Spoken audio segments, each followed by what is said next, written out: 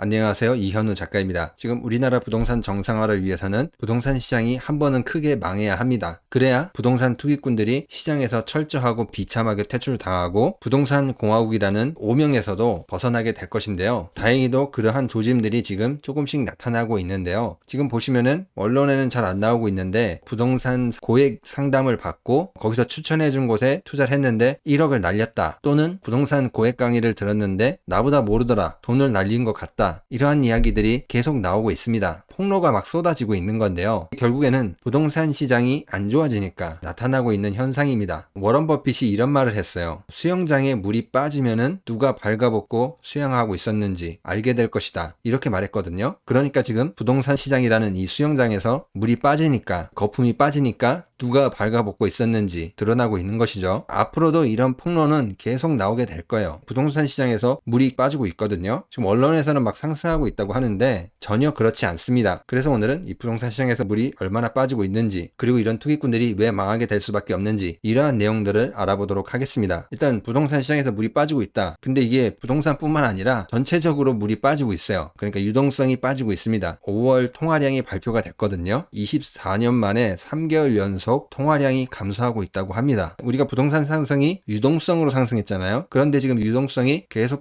빠지고 있다는 것입니다. 부동산 시장이 안 좋아질 수밖에 없다는 거예요. 지금 보시는 그래프는 유동성 그래프거든요. 2022년 이후에 엄청나게 빠르게 하락을 하고 있죠. 이거와 비교되는 게 2008년도부터 2012년, 이때 유동성도 빠르게 하락을 했어요. 이때 하우스 푸어란 말 막 유행했고 건설사들도 많이 망하고 이러한 일들이 많이 벌어졌습니다. 지금 그때보다 물이 빠지는 속도가 훨씬 빠릅니다. 이런데 부동산 시장에 물이 어떻게 차오를 수 있을까요? 지금 주담대 금리가 7%까지 왔거든요. 결국에는 시장에 돈이 없으니까 금리가 어때요? 상승한다는 것이죠. 시장에 자금이 귀해지는 만큼 실제 시장 금리는 계속 상승하고 있다는 것입니다. 주담대 금리가 올라가는 만큼 부동산 시장이라는 수영장에 물은 빠지고 새로운 물을 부을 수 없다면은 계속 물이 빠지는 그러한 상황으로 가게 될 것입니다. 그리고 이 유동성 그래프에서 조금 눈여겨봐야 될 게 M1이라는 게 감소하는 속도가 제일 빠르거든요. 손 안에 있는 현금이라고 할 수 있는 이 M1은 감소하는 속도가 엄청나게 빠릅니다. 그만큼 사람들이 돈이 없다는 거예요. 부동산 수영장에 물을 채울 수 있는 상황이 아니라는 것입니다. 우리나라 가계대출 상황, 이거를 조금 살펴보면은 소득이 높을수록 가계대출이 되게 많이 있거든요. 한국은행에서 예전부터 발표를 했는데 그래서 괜찮다 이렇게 이야기는 해요. 이게 구성을 보면은 안 괜찮아요. 어떤 식으로 대출을 받았냐 이거를 살펴보면은 만기 일시 상환을 선택했어요. 53.7%가 이제 전세대출, 신용대출, 중도금 대출 이런 것들이 만기 일시 상환이 엄청 많이 있어요. 만기가 오면은 어떻게 된다는 거예요? 한 번에 갚아야 된다, 갚을 수 없다 그 말인 건데요. 이게 이렇게 된 이유가 영끌한 것도 있어요. 이제 여기저기서 돈을 막 끌어다가 쓰다 보니까 결국에는 전세대출 이런 것들은 만기 일시 상환으로 그냥 막 가져온 거죠. 지금까지 만기를 계속 연장을 했거든요. 근데 이게 만기가 연장이 안 되면 어떻게 돼요? 난리가 나게 되는 거죠. 결국에 폭탄은 터질 수밖에 없다는 거예요. 이게 만기 일시 상환 비중이 왜 이렇게 많이 늘었냐? 그동안 금리가 낮았잖아요. 대출 받고 원금 안 갚고 낮은 이자로 돈을 융통해서 썼다는 거예요. 저금리로 연장을